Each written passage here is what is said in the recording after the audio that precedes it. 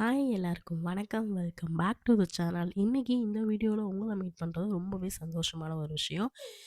நான் இன்னைக்கு என்னோட இந்த குரூப் 4ஓட ப்ரிப்பரேஷன் ஃபர்ஸ்ட் டே ஸ்டார்ட் பண்ணியிருக்கேன்.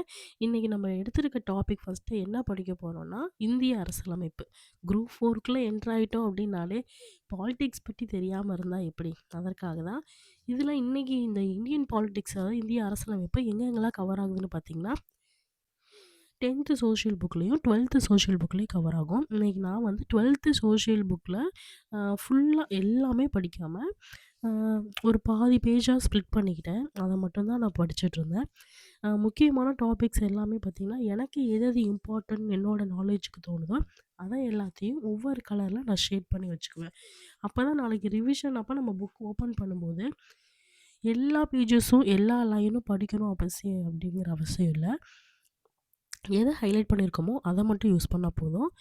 அடுத்ததா வந்து இந்த ஒரு நோட் எனக்கு ரொம்பவே யூஸ்ஃபுல்லா இருந்துச்சு. இது வந்து பார்த்திங்கன்னா 5 சப்ஜெக்ட் நோட்டு அப்படின்னு சொல்லுவாங்க.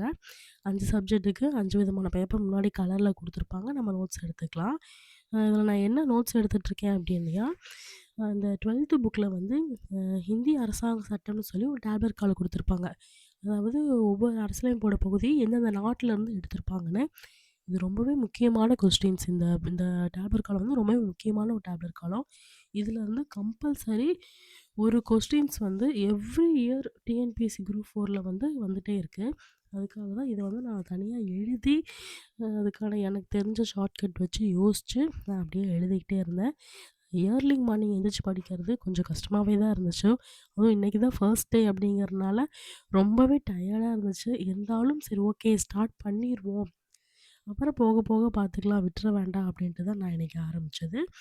இந்த டேப்லெட் கால ஃபுல்லாவே பார்த்தீங்கன்னா, நான் தனியா எழுதி வச்சுக்கிட்டேன். ரொம்ப எனக்கு இம்பார்ட்டன்ட் தோன்றது எல்லாமே இந்த நோட்ல நான் மெயின்டெயின் பண்ணிருவேன். அப்பதான் நாளைக்கு நான் ஃபுல் ரிவிஷன் முடிச்சதுக்கப்புறம் தனியா ஏதாவது ஸ்ப்ளிட் பண்ணி நான் பார்க்கணும்னு ஆசைப்பட்டேன் அப்படின்னா, இந்த புக் எடுத்து நான் பார்த்துக்குவேன். அதுக்காக தான் இது. இந்த லெசன்ல பார்த்தீங்கன்னா, நெறைய லாஸ் இருக்கும். அதாவது டீட்டெயிலா குடுத்துருப்பாங்க. எந்த இயர்ல இருந்துச்சு, என்னென்ன இது இப்போ அடிப்படை கடமைகள்னா, அது எத்தனாவது பிரிவுல இருக்கும். அந்த லா எல்லாமே குடுத்துருப்பாங்க. அது எல்லாமே ரொம்ப ரொம்ப ரொம்ப இம்பார்ட்டன்டான கொஸ்டினு.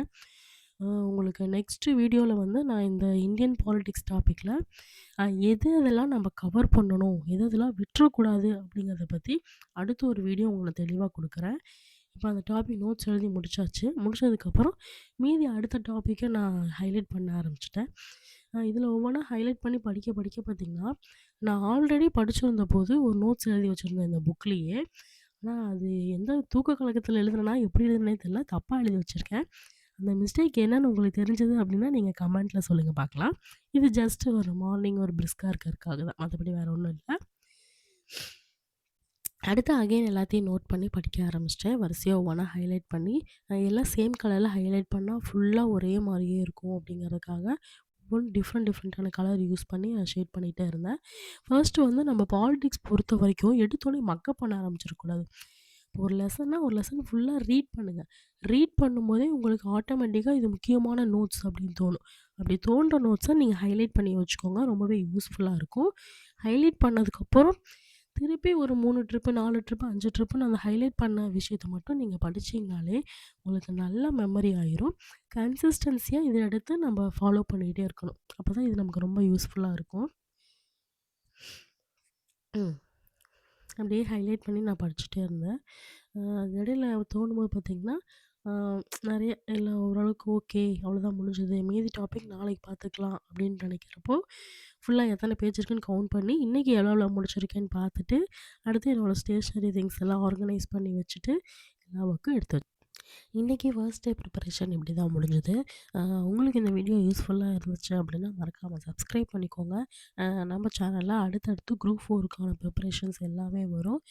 முக்கியமான டாபிக்ஸ் எது கவர் பண்ணணும், ப்ரீவியஸ் கொஷின் பேப்பரு இது எல்லாமே நம்ம ரிவைஸ் பண்ண போறோம். ஸோ மறக்காம சப்ஸ்கிரைப் பண்ணிக்கோங்க. கண்டிப்பா இந்த இயர்ல நம்ம அச்சீவ் பண்றோம். விட்டுறக்கூடாது. Thank you. பாய்.